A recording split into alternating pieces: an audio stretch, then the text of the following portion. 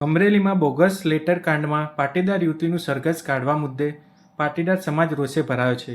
ત્યારે પાટણ સરદાર youth foundation અને પાટીદાર કિસાન સેના દ્વારા પાટીદાર સમાજની દીકરીને ન્યાય અપાવવા તથા સાચા ગુનેગારને સજા અપાવવા કલેક્ટર કચેરીએ આવેદનપત્ર આપ્યું હતું. ગુનેગારોને સજા કરો, સમાજની દીકરીને ન્યાય આપો, ગુનેગારોને સજા કરો. અમરેલીમાં ગુજરાતની એક દીકરી સાથે જે ઘટના બની, જે અમરેલી પોલીસે સુપ્રીમ કોર્ટના આદેશનું ઉલ્લંઘન કરીને રાત્રે એની ધરપકડ કરી, એનો ગુનો માત્ર ત્યાંના કોઈ એ દીકરી નોકરી કરતી, માત્ર ટાઈપિસ્ટ કરવું એ કોઈ ગુનો નથી.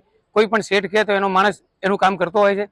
માત્ર ટાઈપિસ્ટ કરવાના ગુનાસર એના આરોપી બનાવી અને રાત્રે ધરપકડ કરીને એનું જાહેરમાં સરઘસ કાઢવામાં આવ્યું છે. ગુજરાતના મુખ્યમંત્રી અત્યારે આવી ગંભીર ઘટના, નારી સશક્તિકરણની મોટી મોટી વાતો છતાં ધૃતરાષ્ટ્રની ભૂમિકામાં છે, ત્યાંના કૌશિક વેકરિયા દુર્યોધનની ભૂમિકામાં છે, અને ત્યાંની અમરેલી પોલીસ દુર્યોધનના ઈશારે દુશાસનને પણ શરમાવે એવું નારીનું અપમાન કર્યું છે. ત્યારે આગામી સમયમાં આ દીકરીને ન્યાય મળે એ માટે સર્વે સમાજને સાથે લઈ અને અમે લોકો ગાંધી ચિંધ્યા માર્ગે આ લડત ચાલુ રાખીશું.